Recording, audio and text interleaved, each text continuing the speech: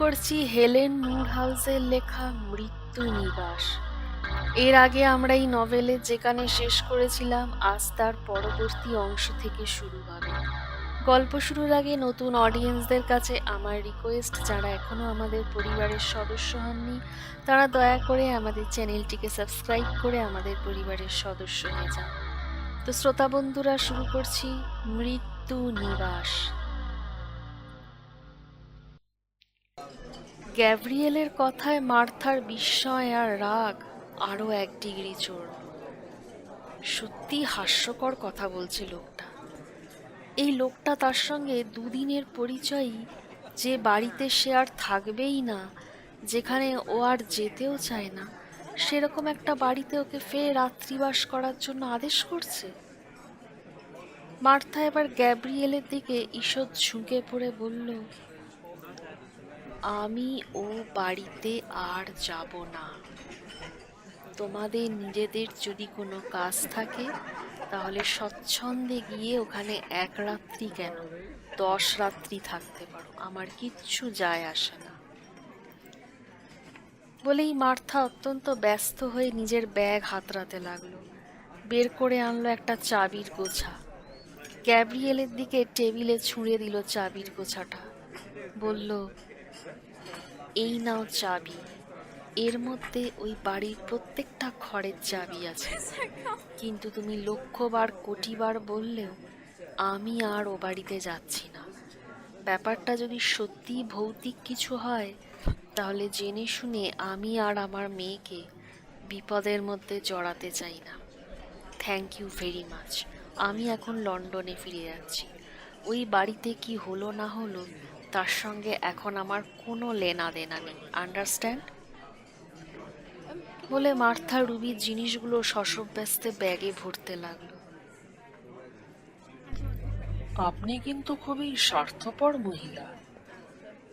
আচ্ছা, একটা কথার উত্তর দিন তো। আপনার মেয়ে যদি আজ কোনো ঘরের দেওয়ালের ভেতর ট্র্যাপড হয়ে পড়ে, তাহলে আপনি কি করবেন? আপনি কি তাকে উদ্ধারের জন্য পাগলের মতো কারো সাহায্য চাইবেন না? চেষ্টা করবেন না তাকে উদ্ধার করা? নাকি আপনি শুধু নিজের ব্যাপারেই ভাবেন, অন্যের কষ্ট, অন্যের যন্ত্রণা বিন্দুমাত্র ভাবেন না? একটা অসহায় শিশুর আত্মা, 4 বছরের একটা অসহায় নিরীহ শিশু, যে একসময় এই পৃথিবীর বুকে বেঁচে ছিল, এই দুনিয়ার বাতাসে শ্বাস নিত, হেসে খেলে বেড়াতো, ঠিক আপনারই বাচ্চাটির মতো। তাকে ওইভাবে দেওয়ালের ভেতর গুম করে দেওয়া হয়েছিল। তিলে তিলে দম বন্ধ হয়ে মারা পড়েছিল সে ওই দেওয়ালের ভেতর। ভাবুন তো ওর ওই সময়ের কষ্টটা। আপনি কি ওর কষ্ট এতটুকু ফিল করছেন না? কি ধরনের মা আপনি? গ্যাব্রিয়েলের কথায় মার্থার মুখে আর কোনো উত্তর জোগালো না। সে নির্বাক হয়ে চেয়ে রইল গ্যাব্রিয়েলের মুখের দিকে। এতক্ষণ ধরে সে রুবি দুধ খাওয়ার বটল আর অন্যান্য বেবি মেটেরিয়ালসগুলো ব্যাগে গুছিয়ে ফেলছিল। গ্যাব্রিয়েলের কথার ঝাঁজে তার হাতের যাবতীয় কাজ এখন থেমে গেছে। কয়েকটা মুহূর্ত এইভাবেই কেটে গেল। গ্যাব্রিয়েল তখনও জ্বলন্ত দৃষ্টিতে চেয়ে রয়েছে মার্থার দিকে। পিটারসন দমচাপা উত্তেজনা আর একরাশ উদ্বেগ নিয়ে একবার গ্যাব্রিয়েল, পরক্ষণেই মার্থার দিকে চাইতে লাগল। মার্থাও একই রকম জ্বলন্ত দৃষ্টিতে চেয়ে রইল গ্যাব্রিয়েলের দিকে।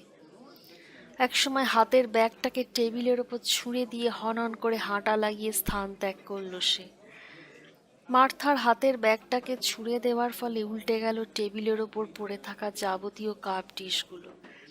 টমেটো সসের প্লেটটা একদিকে কাত হয়ে যাওয়ায় খানিকটা সস গড়িয়ে পড়ল টেবিল ক্লথের ওপর। পিটারসন মার্থার দিক থেকে হেন অপ্রত্যাশিত আক্রমণে নিজের শরীরটাকে বাঁয়ে 45 ডিগ্রি ঘুরে বসলেন, যাতে ওর পরনের জামা কাপড়ে সস বা সসের দাগ ছিটকে এসে না লাগে। টেবিলের ওপর প্রাতরাশের ডিশ থেকে শুরু করে নুনের পট কোনোটাই ঠিকঠাক জায়গায় রইল না। সব এদিক ওদিক কাত হয়ে কোনোটা আবার সম্পূর্ণ উল্টে পড়ে গেল। এমনকি চেয়ারে বসে থাকা ছোট্ট রুবিও হাঁ করে চেয়ে রইল অপসৃয়মান মার্থার দিকে। মার্থা দ্রুত ডাইনিং হলের দরজা ত্যাগ করে বেরিয়ে গেল। দ্রুত গতিতে রিসেপশন ত্যাগ করে বাইরে কার পার্কিং এরিয়ার দিকে চলে গেল সে। হোটেলের অন্য কেউ ব্যাপারটা খেয়াল না করলেও শুধু পেছন থেকে দুজন পুরুষ আর একটি শিশু হাঁ করে নির্নিমেষ চেয়ে রইল তার দিকে। বাইরে এসে প্রচণ্ড রোদে যেন চোখ ধাঁধিয়ে গেল মার্থার। এতক্ষণ ডাইনিং হলের রঙিন কাঁচের জানলা দিয়ে বাইরেটাকে সুন্দর মেঘলা একটা দিনের মতো লাগছিল, কিন্তু এখন যেন তাকাতেও পারল না তীব্র রোদে। চোখ বন্ধ করে ফেলল মার্থা। তার হৃৎপিণ্ড দ্রুত লয়ে লাফাচ্ছে, হাত পা কাঁপছে থরথর করে। কি সাহস, কি সাহস লোকটার! মার্থা ভেবে পেল না দুদিনের পরিচয় একটা কোথাকার কে অপরিচিত লোক তার সঙ্গে ওইভাবে কথা বলার সাহস পেল কি করে। মনে মনে ভয়ানক ক্রুদ্ধ মার্থা। ওর মনে হলো লোকটা কোন সাহসে ওর মাতৃসত্তার দিকে আঙুল তুলে কথা বলার সাহস পেল। একজন মা হিসেবে সে নিজের মেয়েকে বাঁচাবার জন্যই তো ওই বাড়িতে আর দ্বিতীয়বার পা না রাখার সিদ্ধান্ত নিয়েছিল। এর আগে তো ওই ভয়ঙ্কর রাতে সে আর রুবি তো প্রায় মরতে মরতে বেঁচে গিয়েছিল। তবে ওই বাড়িতে আর পা রাখবে না এমনটা বলে কি এমন ভুল কথা সে বলেছে? দুনিয়ার যে কোনো মায়ের সাথে অমন ঘটনা ঘটলে কোনো মা আর তার নিজের সন্তানকে নিয়ে ও বাড়িতে আর দ্বিতীয় দিন থাকতে রাজি হতো? কিন্তু তবু লোকটা তাকে অমন অপমান কি করে করতে পারলো? কে ওই লোকটা, কে? দু চোখ বন্ধ করে ফেলল মার্থা। বড় করে একটা শ্বাস ফেলে নিজেকে ধাতস্থ করার চেষ্টা করল। কার পার্কিং এর মাঝখানে দাঁড়িয়ে হাঁপাচ্ছে তখনও সে, চোখ দুটো বন্ধ। অনেকক্ষণ লাগলো তার নিজেকে ধাতস্থ করতে। একসময় ক্রমে ক্রমে তার ব্রেন আর স্নায়ুগুলো যখন শান্ত হয়ে এলো, ক্রোধ প্রশমিত হয়ে এলো, তখন মানুষের স্বাভাবিক প্রবৃত্তির বশেই সে ক্রমে ক্রমে গ্যাব্রিয়েলের কথাগুলোর যৌক্তিকতা বুঝতে পারল। তার মনে হতে লাগলো, না, লোকটা ঠিকই বলেছে, ভুল কিছু বলেনি। তার মনে পড়ল সে প্রথমে কিছুতেই মানতে চাইছিল না যে এই কটেজে কোনো অলৌকিক শক্তির প্রভাব আছে, কিন্তু পরে বুঝেছে দুনিয়ায় এমন অনেক জিনিস আছে যা বিজ্ঞান বা লজিক দিয়ে ব্যাখ্যা করা যায় না। তার মনে পড়তে লাগলো কটেজে থাকতে সে কি কি শুনতে পেত, কি কি অনুভব করত। তার কানের মধ্যে এখনো বাজছে সেই সব শব্দ। দোতলায় রুবির ঘরের কাঠের ফ্লোরবোর্ডের ওপর সেই অদৃশ্য ছোট ছোট পায়ের আওয়াজ এখন ওর কানে বাজছে। দেওয়ালের ভেতর থেকে সেই আঁচড়ানোর শব্দ, সেই মর্মন্তুদ কান্নার শব্দ, সব কিছু এখন তার কানে বাজতে লাগলো। নিজের মনেই মাথা নাড়ল মার্থা। বুঝতে পারছে, সে বুঝতে পারছে এবার। সে ভাবতে চেষ্টা করলো রুবিকে ওর ঠিক 4 বছর বয়সের সময় কিরকম দেখতে ছিল। ছটপটে খেলে বেড়ানো দুরন্ত এক শিশু। সেই 4 বছর বয়সী রুবি যদি কাঠের ফ্লোরবোর্ডের ওপর দিয়ে দৌড়ে বেড়ায়, তাহলে তার পায়ের কিরকম শব্দ উঠবে। মনে মনে আন্দাজ করতে চেষ্টা করলো মার্থা। তার ওপরেও যদি কেউ অত্যাচার করে, তাকে হত্যা করার চেষ্টা করে, নিজেকে রক্ষা করার কতটুকু ক্ষমতা থাকবে 4 বছরের ছোট্ট রুবির? ভাবতে ভাবতে কাঁপতে লাগলো মার্থা। না, রুবির সাথে যদি এরকম কোনো ঘটনা ঘটে তো সে নিজেও মারা যাবে। রুবি এখন তার জীবন, ওর কোনো ক্ষতি সে সহ্য করবে না। এই দুনিয়ায় কোনো মা তার সন্তানের ক্ষতি সহ্য করতে পারবে না। আজ পর্যন্ত কেউ পারেওনি। সব মা নিশ্চয়ই তার সন্তানকে খুব ভালোবাসে, ঠিক যেমন মার্থা রুবিকে ভালোবাসে। হঠাৎ মার্থা অনুভব করলো পেছন থেকে একটা কচি হাত যেন ওর হাত স্পর্শ করেছে। একটা কোমল পরশ টের পেল মার্থা। লাফিয়ে উঠল মার্থার হৃৎপিণ্ডটা। চমকে পেছন ফিরতে দেখে রুবি এসে দাঁড়িয়েছে তার পেছনে। পিটারসন তাকে কোলে করে নিয়ে এসেছেন মার্থার কাছে। ছোট্ট রুবি কচি কচি পায়ে কোনো রকমে দাঁড়িয়ে তার ঠিক পেছনে, কোমল হাতে ধরে আছে মায়ের হাতটা। চোখ ভর্তি জল নিয়ে মার্থা প্রায় জাপটে জড়িয়ে ধরে কোলে তুলে নিল মেয়েকে। ওহ রুবি, আমি সরি রুবি বলে সজল চোখে চুমো দিতে লাগলো একরত্তি মেয়ের গালে। সত্যি কি ভণ্ড ছিলাম আমি, মনে মনে নিজেকেই নিজে ধিক্কার দিল মার্থা। দুজন প্রায় অপরিচিত মানুষের সাথে অকারণে ঝগড়াঝাটি করে বেরিয়ে সেখানে দাঁড়িয়ে দাঁড়িয়ে সে ভাবছিল, রুবির যদি কেউ ক্ষতি করে তো কি হবে। রুবিকে একলা ফেলে এসেছিল সে, রাগের মাথায় খেয়ালই ছিল না তার সেই কথাটা। ফিসফিস করে বলতে লাগলো রুবির ছোট্ট মাথায় নরম চুলে হাত বুলিয়ে দিতে দিতে মার্থা বলতে লাগলো, আমি সরি, আমি সরি লিটল গার্ল। পিটারসন এতক্ষণ চুপ করে দাঁড়িয়ে মা মেয়ের আদর দেখছিলেন। এবার এগিয়ে এসে বললেন, দেখো, গ্যাব্রিয়েল তোমাকে যা বলেছে তার জন্য আমি ওর হয়ে তোমার কাছে ক্ষমা প্রার্থী। মার্থা পিটারসনের দিকে একবার তাকালো, তারপর কিছু না বলে হাঁটা লাগালো হোটেলের রিসেপশনের দিকে। পিটারসনও চললেন তার অনুসরণ করে। যেতে যেতে মার্থা তাকে উদ্দেশ্য করে জিজ্ঞেস করলো, আমাকে তাহলে এখন কি করতে হবে? মার্থা, বলে পিটারসন ওর দিকে একটু এগোতেই মার্থা আরো একটু সরে গিয়ে বলল, যা বলার তাড়াতাড়ি বলো, আমি দরকারি কথা শুনতে চাই। পিটারসন বললেন, সেটাই তো বলছি। বেশ বলো। আমরা চাইছি তুমি রুবিকে নিয়ে আবার আরেকটা রাত ওই কটেজে কাটাও।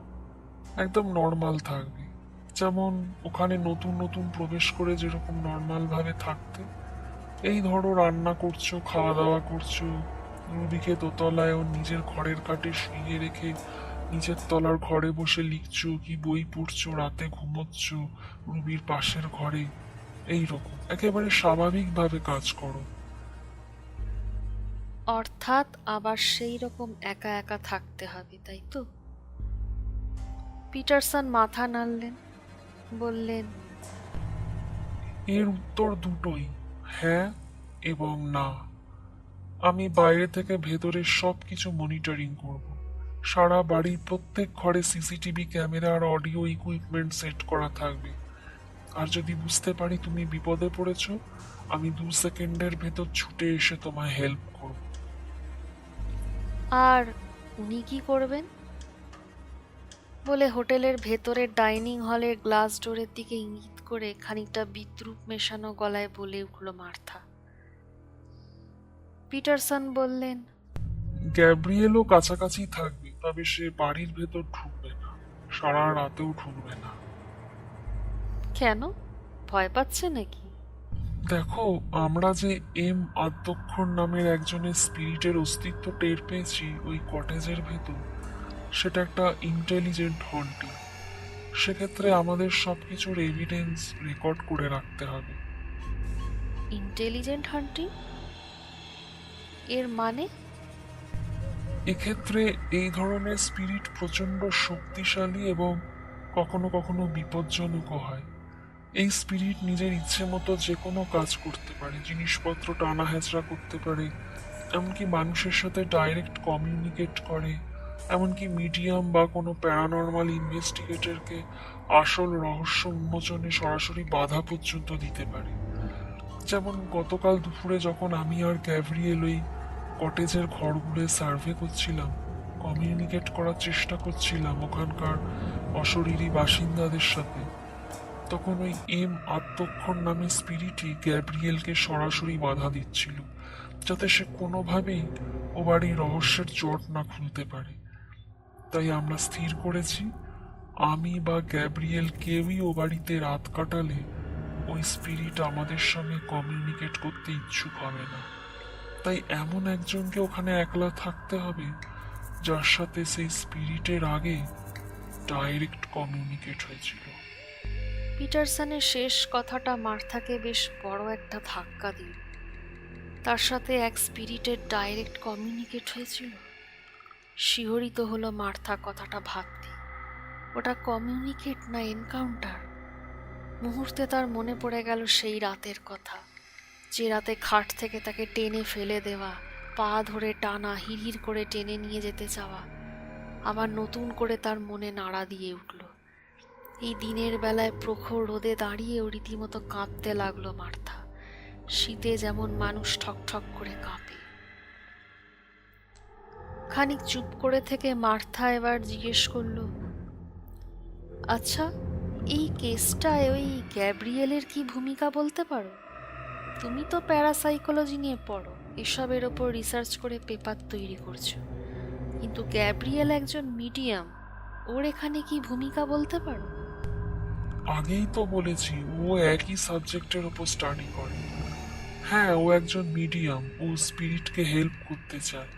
ও এমন সব স্পিরিটকে হেল্প করে যারা অতৃপ্ত বা যারা কোনোভাবে কোনো গণ্ডির মধ্যে আটকা পড়ে মুক্তির পথ পাচ্ছে না, ও সেই সব স্পিরিটকে হেল্প করে। বুঝলাম, কিন্তু তোমরা হয়তো তোমাদের লক্ষ্যে পৌঁছতে পারবে, কিন্তু এর মধ্যে আমাকে টানছো কেন? কেন আমাকে টোপ হিসেবে ব্যবহার করছো? যদি ঠিক সময় এসে তুমি আমায় না বাঁচাতে পারো, আর ততক্ষণে আমার কোনো ক্ষতি? পিটারসন এবার মার্থার চোখে চোখ রাখলেন। তাকে ভালো করে লক্ষ্য করে বুঝতে পারলেন মার্থা মোটেও স্বাভাবিক অবস্থায় নেই। ভয় হোক বা যে কোনো কারণে হোক, সে কাঁপছে, বেশ কাঁপছে। পিটারসন বললেন, তোমাকে আমাদের কাজে ইনভলভ করতে চাই, কারণ আমি চাই ব্যাপারটার পরিসমাপ্তি। পরিসমাপ্তি? মার্থা, একবার ব্যাপারটা বোঝার চেষ্টা কর। তুমি এখন গাড়ি নিয়ে সোজা লন্ডনে চলে যেতে পারো, আমি তোমায় আটকাবো না। কিন্তু তুমি নিজে খুব ভালো করেই জানো ওই বাড়িতে থাকতে তোমাকে কি কি ভীষণ অভিজ্ঞতার সম্মুখীন হতে হয়েছিল। তোমার চেয়ে ভালো আর কেউ তো জানে না তা। অথচ তুমি নিজে মুখে বলতে পারবে না যে ওসব তোমার মনের ভুল ছিল বা আদৌ সেসব কিছু ঘটেনি। তুমি ভালো করেই জানো তুমি কি কি দেখেছো, কি কি শুনেছো। পরে লন্ডনে ফিরে গিয়ে তুমি সেসবের হয়তো কোনো হাস্যকর এক্সপ্লানেশন দেওয়ার চেষ্টা করবে, কিন্তু তোমার মনই তা মানতে চাইবে না। তাতে কি হবে? তুমি দোটানায় পড়ে ছটফট করবে, মনের সঙ্গে যুদ্ধ করতে করতে পাগল হয়ে যাবে, ভাববে আদৌ কি ওসব সত্যি ঘটেছিল নাকি তোমার মস্তিষ্ক বিকৃতি দেখা দিয়েছিল। তাই বলছি শোনো, যদি তুমি আরো একটা রাত ওই বাড়িতে থাকো, নিজের চোখ মন দেহ দিয়ে সবকিছু অনুভব করো, তাহলে তোমার মনের সব সন্দেহ ঘুচে যাবে। বলতে বলতে মার্থার কোল থেকে রুবিকে নিজের কোলে নিয়ে পিটারসন ফের বললেন, তাছাড়া তোমার কি পুরো ঘটনাটা, ওই কটেজের পুরো হিস্ট্রিটা জানতে ইচ্ছে করে না? জানতে ইচ্ছে করে না এই কটেজের ওইসব ভুতুড়ে আওয়াজ, ভুতুড়ে দৃশ্যগুলোর পেছনে প্রকৃত রহস্যটা কি? মার্থা দেখল পিটারসন সঠিক পয়েন্টে কথা বলছে। তার নিজেরও যে ওই কটেজের ব্যাপারে জানার অদম্য আগ্রহ হচ্ছে না তা নয়, কিন্তু তার চেয়েও এটাই বড় কারণ যে সে যদি এখন সব কিছুকে পেছনে ফেলে দিয়ে লন্ডনে চলে যায়, তাহলে বাকি জীবনটা তাকে মনের সঙ্গে যুদ্ধ করে করেই কাটিয়ে দিতে হবে। কিছুতেই শান্তি পাবে না সে। কিন্তু তবু ওই বাড়িতে একা থাকতে হবে শুনে কিছুতেই সে মন থেকে সাহস পাচ্ছে না। ওই একা থাকার ব্যাপারটাই তাকে মন থেকে দমিয়ে দিচ্ছে। তাই সে পিটারসনকে লক্ষ্য করে কেমন ভয় পাওয়া শিশুর মতো বলল, তুমি বলছো তুমি বাইরে থাকবে? থাকবে তো? মাথা ওপর নিচে নাড়িয়ে সায় দিয়ে পিটারসন বললেন, গাড়িতে থাকবো, একেবারে কটেজের ফ্রন্ট ডোরের সামনে। কিন্তু ওই স্পিরিট, যেটাকে তোমরা তোমাদের ভাষায় ইন্টেলিজেন্ট হন্টিং বলো, সে কি বুঝতে পারবে না যে এগুলো আমাদের সব কিছু সেট আপ করা আছে? তোমরা বাইরেই আছো, ভেতরের সব কিছু লক্ষ্য করছো, তার তো অবশ্যই জানতে পারার কথা। মার্থার কথায় কাঁধ ঝাঁকালেন পিটারসন। বললেন, তা সে জানতেই পারে, কিন্তু আমাদের তবু এইভাবেই চেষ্টা করতে হবে। আমাদের মিশন সফল হবে কি হবে না এই চিন্তা বাদ দাও। এখন ওই কটেজে ফিরে চলো, যতটা সম্ভব নর্মাল ভাবে থাকার চেষ্টা করো। দেখবে সেই স্পিরিট তোমার সঙ্গে আবার কমিউনিকেট করবেই। মার্থা এবার তাকালো রুবির দিকে। ছোট্ট রুবি তখনও পিটারসনের কোলে খেলা করছে, কখনো কখনো ওর মাথার চুল ধরে টানছে, যদিও পিটারসন তাতে ভ্রুক্ষেপও করছেন না।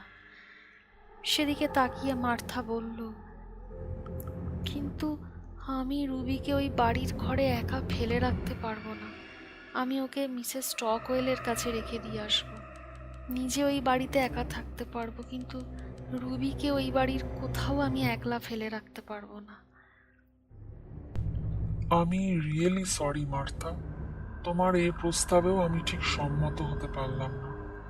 রুবিকেও ওই বাড়িতেই থাকতে হবে, আর ঠিক আগের মতো, যেমন করে ওকে দোতলার ঘরে একলা শুইয়ে রেখে তুমি নিচের ঘরে সময় কাটাতে, বা ওর পাশের ঘরে তুমি শুতে, ওকে আগের মতোই একলা রাখতে হবে। গ্যাব্রিয়েলের মতে রুবির একটা মুখ্য ভূমিকা আছে এখানে, তাই ওকে বাদ দিয়ে কিছু করা যাবে না। আমি তোমার কাছে প্রমিস করছি, রুবি আমার কাছে মেন প্রায়োরিটি, আর আমি প্রতিটা সেকেন্ড ওকে নিজের লক্ষ্যের মধ্যে রাখবো, কোনো রকম ওর ক্ষতি হতে দেব না। মার্থা তখনও ভাবছে কি করবে আর কি করা উচিত তার। পিটারসন ফের বললেন, ব্যাপারটা এইভাবে যদি দেখার চেষ্টা করো মার্থা, তাহলেই দেখবে সব কিছু সহজ হয়ে গেছে, আর সমস্যা হচ্ছে না। মার্থা জিজ্ঞাসু দৃষ্টি মেলে পিটারসনের দিকে তাকাতে পিটারসন বললেন, তুমি ব্যাপারটাকে এইভাবে দেখো যেন তুমি নতুন, একদম নতুন ওই বাড়িতে পা রেখেছো, কিছুই জানো না, কিছুই শোনোনি বাড়িটার ব্যাপারে। ওটা তোমার কাছে জাস্ট নতুন একটা বাড়ি। ঠিক যেমন সত্যি সত্যি যখন তুমি ও বাড়িতে পা রেখেছিলে, তুমি কি জানতে যে ওই বাড়িটা আসলে একটা হন্টেড হাউস? বলো, জানতে? মাথা নাড়ল মার্থা। জানতো না সে। ঠিক সেরকম ভাবে সেই মন নিয়ে তুমি ওখানে আবার প্রবেশ করো, যেন তুমি আজই সদ্য ঢুকলে ওই বাড়িতে। জাস্ট একটা রাত কাটাতে হবে তোমার, একটার বেশি নয়। আমি তোমায় কথা দিচ্ছি, একটা রাত পার করলেই রেজাল্ট যাই আসুক, আমি আর গ্যাব্রিয়েল ব্যাগ প্যাক করে এখান থেকে চলে যাব। তোমাকেও সাহায্য করবো ব্যাগ প্যাক করে লন্ডনে পৌঁছে দিতে। I promise you. মার্থা মনোযোগ দিয়ে শুনল পিটারসনের কথাগুলো, হৃদয়াঙ্গম করতে চেষ্টা করলো তার যুক্তি নির্দেশগুলো। তারপর রুবির গালে ছোট্ট একটা চুমু দিয়ে সে বলল, কিন্তু ওখানে রাতে কেন থাকবো? দিনের বেলাতেও তো ও বাড়িতে অনেক কিছু ঘটতে দেখেছি, তাহলে রাতেই কেন থাকবো? ভালো পয়েন্ট ধরেছো, কিন্তু আমাদের এভিডেন্স বলে রাত হচ্ছে সবচেয়ে বেশি প্যারানর্মাল অ্যাক্টিভিটি হওয়ার সবচেয়ে উপযুক্ত সময়। কারণ ভূত বা আত্মা রাতটাকেই বেশি প্রেফার করে সাধারণ মানুষের জগতে আগমনের জন্য, মানুষের সাথে ইন্টারাক্ট করার জন্য।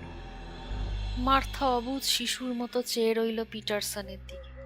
সে তার যুক্তিগুলো বুঝছিল ঠিকই, কিন্তু মন থেকে তখনও কেমন যেন একটা দ্বিধাগ্রস্ত ভাব। আর যদি ঝড় বৃষ্টি হয়, তাহলে কিন্তু আমি বাড়ির ভেতর এসেই থাকব। তাহলে তো তোমার পক্ষে সেটা আরো বেটার হবে। মার্থার মুখের ভাব এবার কঠিন থেকে নরম হয়ে গেল। সেকেন্ডের মধ্যে কেটে গেল তার মনের যাবতীয় দ্বিধাদ্বন্দ্ব। সেও এবার পাল্টা হাসি দিয়ে বলল, সেরকম ঝড় বৃষ্টি হওয়ার চান্স নেই স্যার, দেখছো না আকাশ কত পরিষ্কার। বলে ওপরের মেঘমুক্ত নির্মল আকাশের দিকে ইশারা করলো মার্থা। এখন সে অনেকটাই রিল্যাক্সড ফিল করছে। সে লক্ষ্য করলো রুবি পিটারসনের কোলে বেশ খোশ মেজাজেই রয়েছে, মনের সুখে তার জামার পকেটটা ধরে টানাটানি করতেই ব্যস্ত। এমনিতে রুবি বাইরের লোকের কোলে এতটা রিল্যাক্সড থাকে না, কিন্তু পিটারসনকে সে যেন বেশ ভরসাযোগ্য লোক মনে করেছে। মার্থার মনে হলো তারও এই লোকটার ওপরেই ভরসা করা উচিত। ভরসা যদি কাউকে করতে হয় তো একেই করা যায়। তাই সে বলল, অলরাইট, আমার নিজের মনের শান্তির জন্য আর সব সন্দেহ নিরসনের জন্য আমি আর রুবি ও বাড়িতে একটা রাত কাটাতে ইচ্ছুক, সম্পূর্ণ আগের মতো নর্মালি। ওকে? That's good.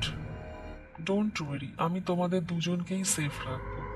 বিপদের ভয় মন থেকে ঝেড়ে ফেলে দাও, তোমাদের দুজনের নিরাপত্তা আমার হাতে।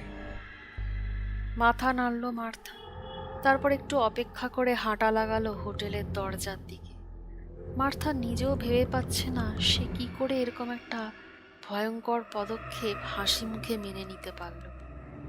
একমাত্র পিটারসনের উপর ভরসা করেই সেই কঠিন পদক্ষেপ নেওয়ার সাহস পেয়েছে, এটা ঠিক।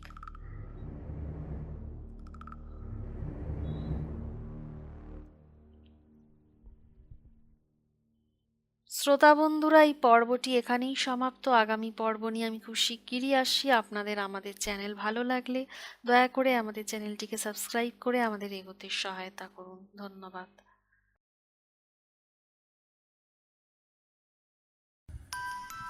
গল্পটি শোনার জন্য আপনাদের সবাইকে অসংখ্য ধন্যবাদ।